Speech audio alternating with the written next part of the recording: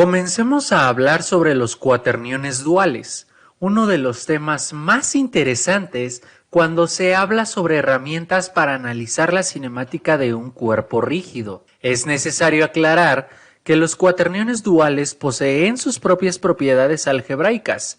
Sin embargo, estas suelen ser similares o análogas, si no es que idénticas, a las definidas para los cuaterniones, ya que son una extensión de este conjunto de números. Primero, recordemos que el cuaternión surge a partir del establecimiento de un número hipercomplejo cuyos parámetros real e imaginario pueden ser sumados, restados y multiplicados con otro cuaternión, siguiendo los principios asociativos, distributivos y conmutativos correspondientes. También, el cuaternión es análogo a una representación vectorial. Sin embargo, cuando estos fueron definidos en el siglo XIX, no existía el concepto del vector tal como lo conocemos actualmente, por lo que la multiplicación entre elementos imaginarios I, J y K se asocia con la regla de la mano derecha para el flujo de corriente eléctrica a través de un conductor. Por ejemplo, el producto entre los números imaginarios K y J en ese orden dan como resultado el número imaginario menos I. Además, los cuaterniones pueden ser utilizados para representar la posición y orientación de un cuerpo rígido en el espacio.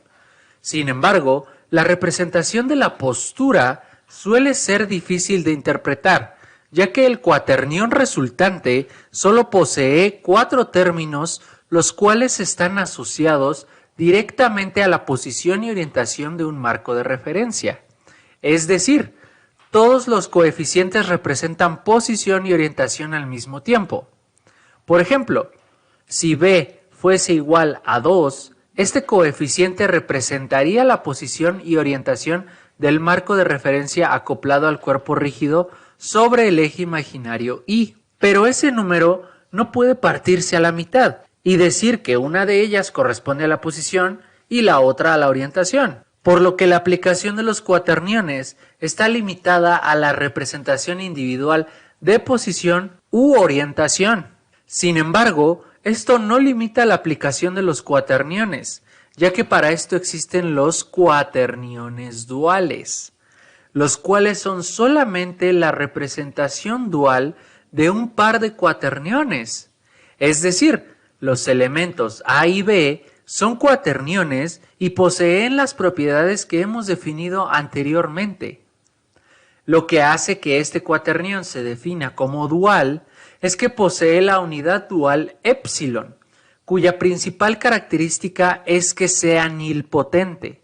Esto quiere decir que existe una potencia entera positiva tal que al utilizarla en épsilon, este sea igual a 0. En este caso, la potencia es 2. Ahora recordemos que los cuaterniones son una extensión de los números complejos. Entonces, ¿qué es un cuaternión dual? Además de los números que ya conoces, los números duales son una extensión de los números reales, en donde cada uno de sus coeficientes son reales, solamente que se incluye el término dual épsilon, cuya propiedad principal se definió anteriormente. Ahora, si observas detalladamente, te darás cuenta que tienen un gran parecido a los números complejos. Si juntamos el conjunto de los cuaterniones con el conjunto de los números duales, obtenemos el conjunto de los cuaterniones duales, donde los términos A y B romanos son cuaterniones. Entonces, los cuaterniones duales poseen 8 elementos que pueden almacenarse en una matriz de 8 filas por una columna, pero eso lo analizaremos en clases posteriores.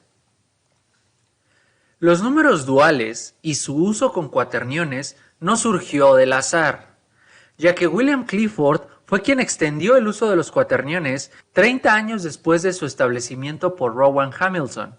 Esto llevó al surgimiento de los cuaterniones duales y el álgebra de Clifford.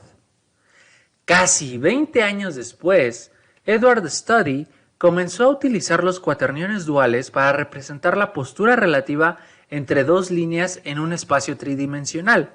Es decir, utilizaba los 8 elementos de un cuaternión dual para representar la inclinación entre las rectas y la distancia entre ellas. Esto gracias al establecimiento de una ecuación conformada por los términos θ y d, donde θ representa la inclinación entre ambas rectas, mientras que d representa la distancia entre ellas. Esto se convirtió en la antesala para el uso de los cuaterniones duales como herramienta para representar la posición y orientación de un marco de referencia en el espacio tridimensional. Aunque los números duales tienen diferentes propiedades, en este curso nos concentraremos solamente en su uso con cuaterniones. Si quieres conocer más sobre estos números, te recomendamos que veas el hilo en Twitter de John Carlos Baez, donde explica 3 sistemas de números y la relación que existe entre ellos. Es un tema muy interesante, ya que te darás cuenta de que la combinación de números complejos y duales no se da solo por el azar. Más adelante, le daremos una aplicación a los cuaterniones duales y verás cómo es que pueden simplificar tus aplicaciones en la robótica real, ya que no son solamente herramientas teóricas, sino que tienen una gran aplicación en diferentes ramas de la ingeniería. Por ejemplo, no solamente los utilizaremos para conocer la posición y orientación de un cuerpo, sino también su velocidad y aceleración lineal y angular, además de su dinámica para poder controlar un robot.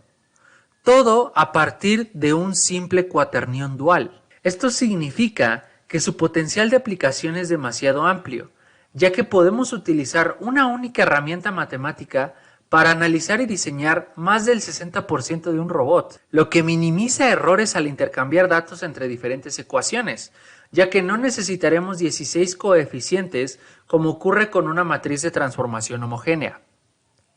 En las siguientes lecciones estudiaremos las propiedades básicas de los cuaterniones duales y comenzaremos a darle una aplicación en la robótica.